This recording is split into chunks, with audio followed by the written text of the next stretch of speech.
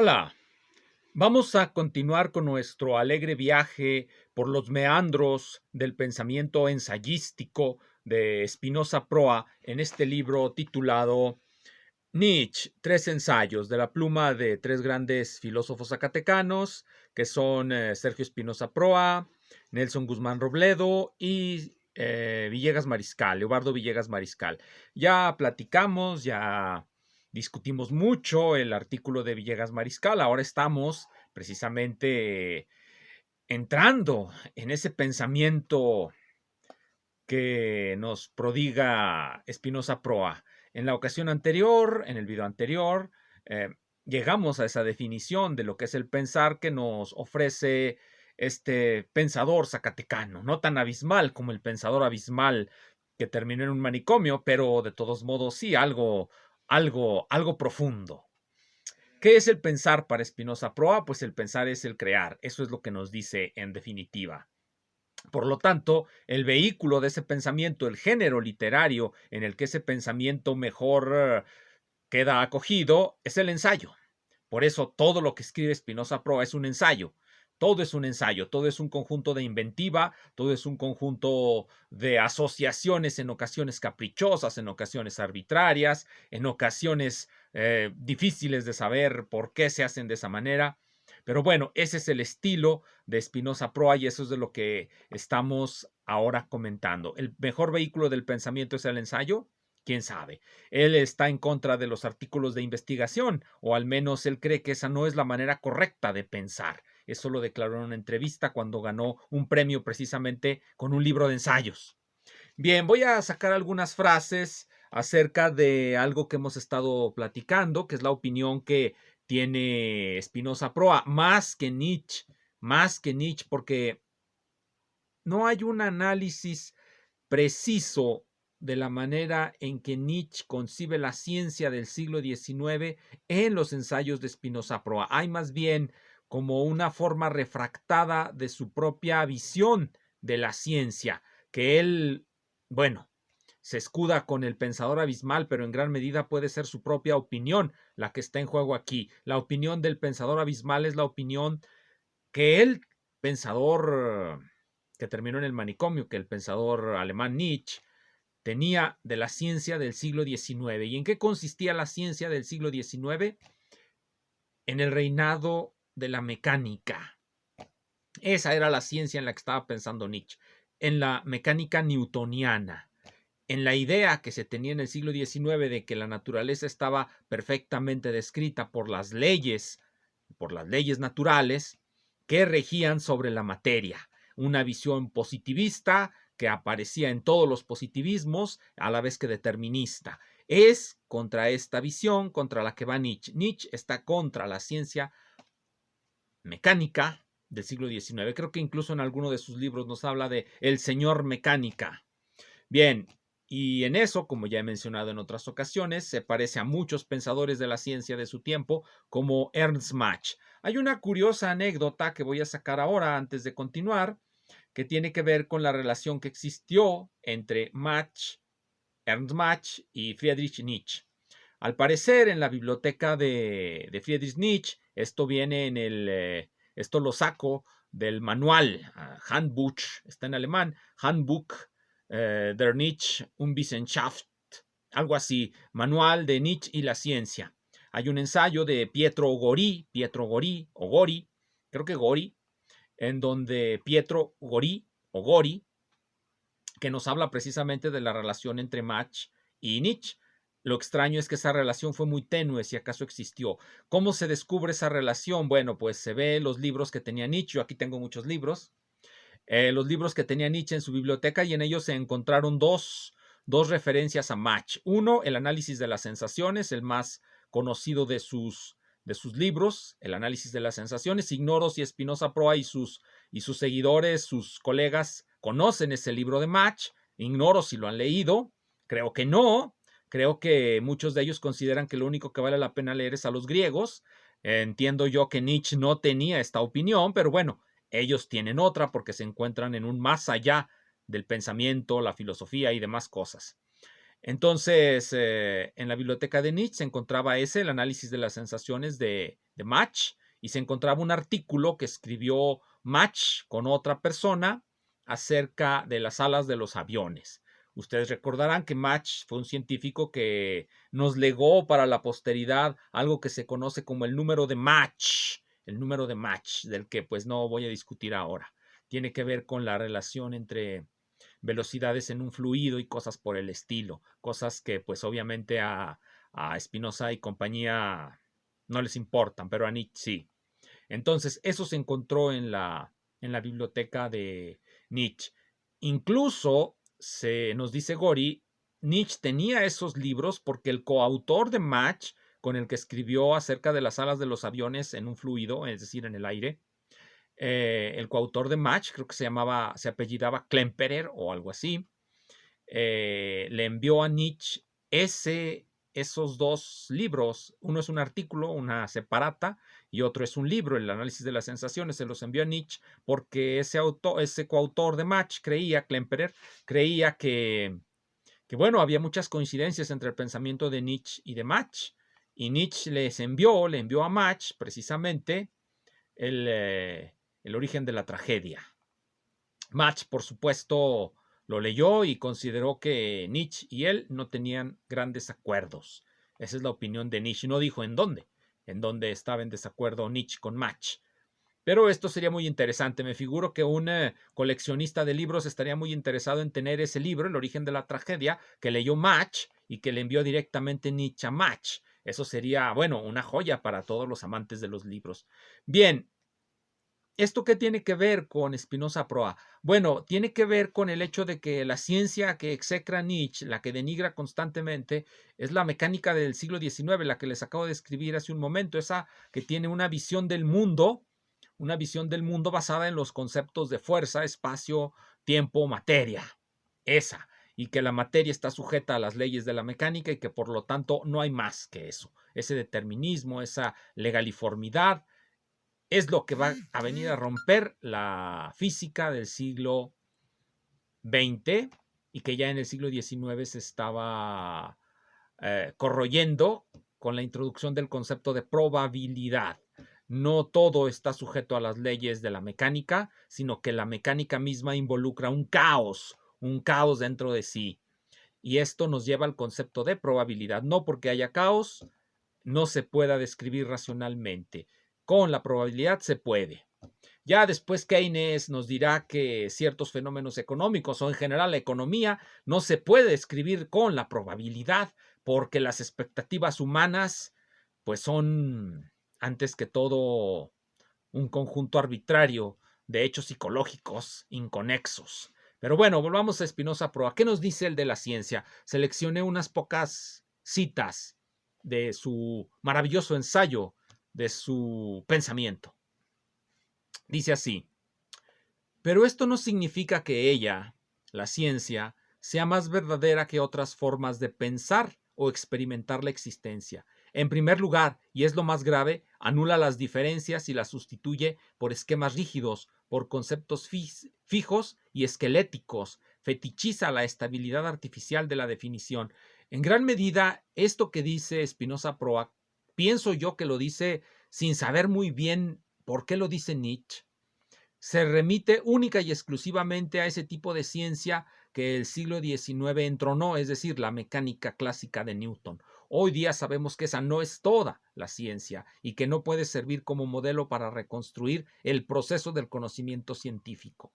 Así que el que nos lo reitere Spinoza, bueno, es una reiteración anacrónica, ya lo sabemos, lo sabía Nietzsche, lo sabía Mach, y tan se sabía y tan llegó a un punto en el que ya no, fue insostenible, que cambió todo a principios del siglo XX con las teorías de la relatividad, la teoría de la mecánica cuántica y las investigaciones de Poincaré acerca de la impredecibilidad de los fenómenos mecánicos, en particular con el problema de los tres cuerpos. Yo creo que esto está muy alejado de lo que piensa Spinoza Proa. Y todo esto se confirmó en el siglo XX cuando se empezaron a describir fenómenos más complejos todavía, como el flujo de los fluidos, el movimiento de las corrientes eléctricas en nuestro cerebro, etcétera, etcétera, etcétera.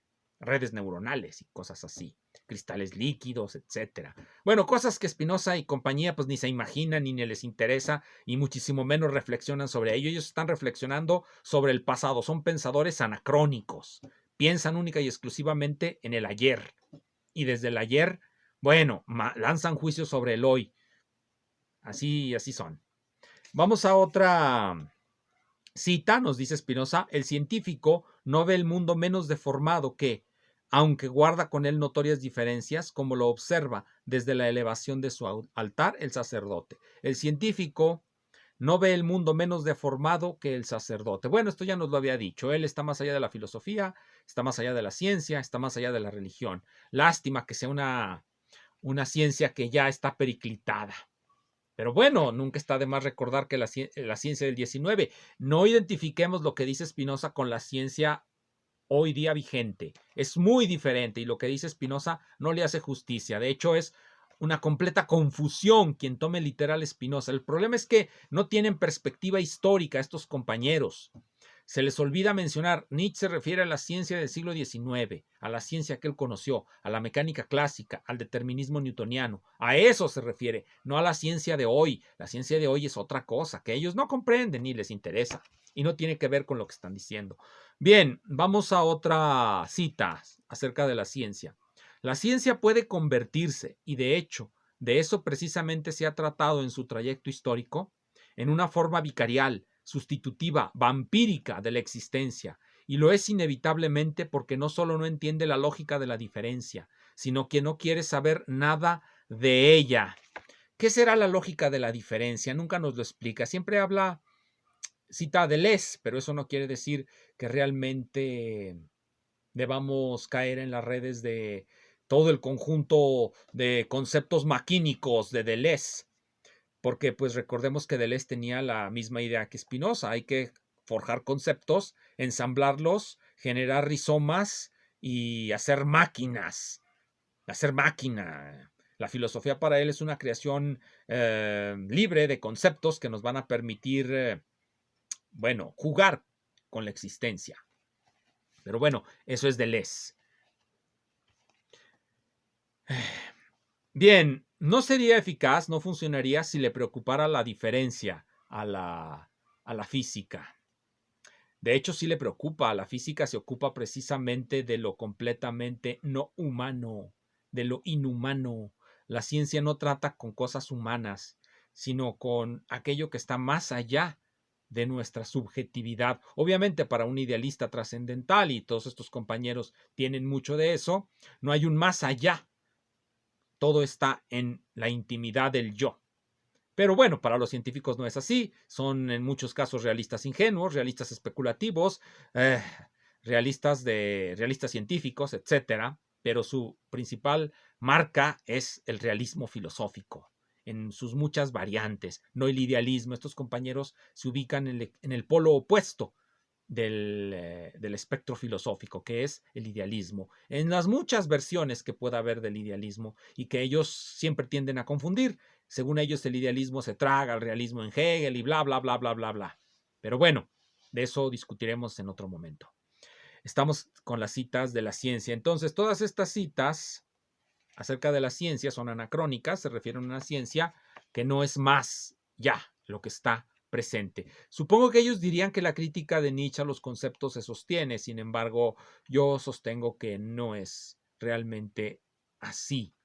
Se pueden dar muchas objeciones que no discutiremos ahora, sino que se pueden remitir a la amplia bibliografía al respecto, que yo noto que estos compañeros no están actualizados con respecto a esa bibliografía porque no les interesa. Ellos están en el más allá.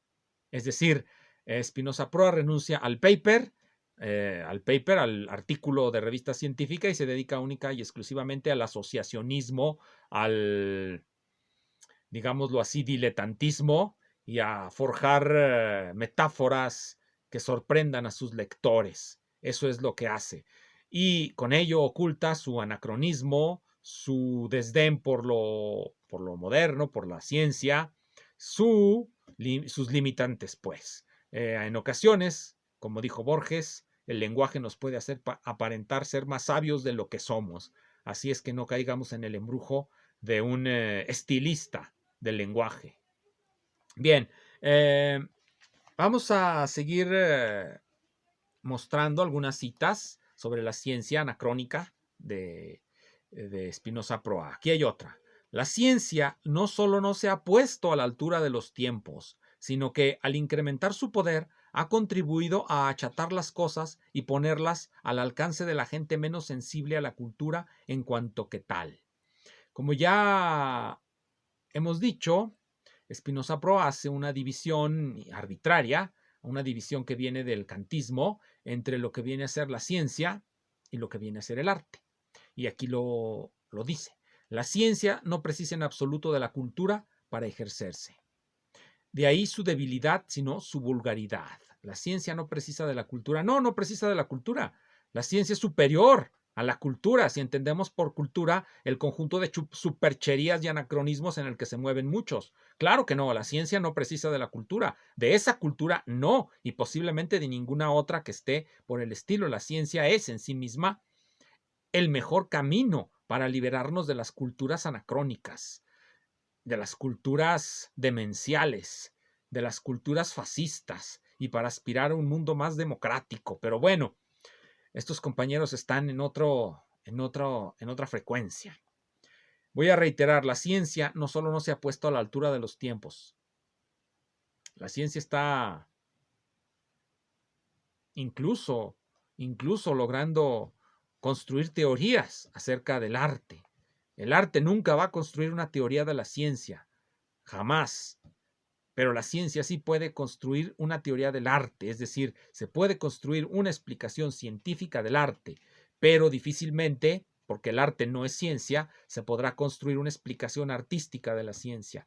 Spinoza se mueve pues en otras coordenadas, en otras filosofías, y por supuesto hay que mantenerse al margen si uno se quiere creer eso. Se puede construir una teoría científica del arte. Él no, porque toma como presupuestos el idealismo alemán. Pero quienes no tomen esos dogmas como, como verdades últimas, pues bueno, se pueden arriesgar a construir una teoría científica del arte. Los formalistas rusos estuvieron en el vértice de construirlo, si no es porque alegaron demasiado sobre Kant. Jacobson, Shklovsky, incluso el mismo Bakhtin en la última fase del formalismo ruso, estaban ya construyendo una ciencia de la literatura a la que Spinoza ni se atreve a leer. Pero bueno, eso es otra historia. Estamos aquí con las citas anacrónicas de la ciencia. Aquí va a introducir un concepto fundamental para él, entiendo yo, que es el de lucidez. Es un concepto que para él significa no sostener, no suponer que la ciencia nos va a salvar. Ser lúcido es aceptar que la ciencia no nos puede salvar. Yo supongo que ante la pandemia estos compañeros presumen su lucidez saliendo a la calle, infectándose de todos los virus habidos y por haber, renegando de las vacunas y promoviendo la tragedia. Lo trágico, perdón, lo trágico. La tragedia es un género literario. Lo trágico es, como ya dijimos, eso que dice Spinoza, la aceptación de la insolubilidad de los dilemas existenciales. Y en este caso, pues la lucidez es aceptar que, aquí lo dice, los griegos no eran optimistas, ni el saber, la ciencia, los ponía a salvo del destino, ni un Mesías había venido a redimirlos. La ciencia tampoco supone que haya un Mesías que nos pueda redimir. La ciencia supone que el ejercicio de la razón humana puede salvar a los seres humanos. Es decir, los seres humanos salvan a los seres humanos mediante el ejercicio de la razón, no con la esperanza en hombres providenciales o Mesías, ni dejándose caer en lo trágico, en la resignación de lo trágico, sino más bien tomando, por decirlo así, el destino en sus manos y utilizando su razón como el único medio para mejorar sus condiciones de vida. Pero bueno, todos estos compañeros viven en medio de las comodidades de la ciencia para poder despotricar contra la ciencia. Yo los invito a que sean coherentes, pero obviamente la incoherencia, entiendo yo, ellos tienen una coherencia trascendente, más allá de la coherencia que uno entiende. Ellos están más allá de todo eso. Muy bien, seguiremos en la siguiente. Gracias.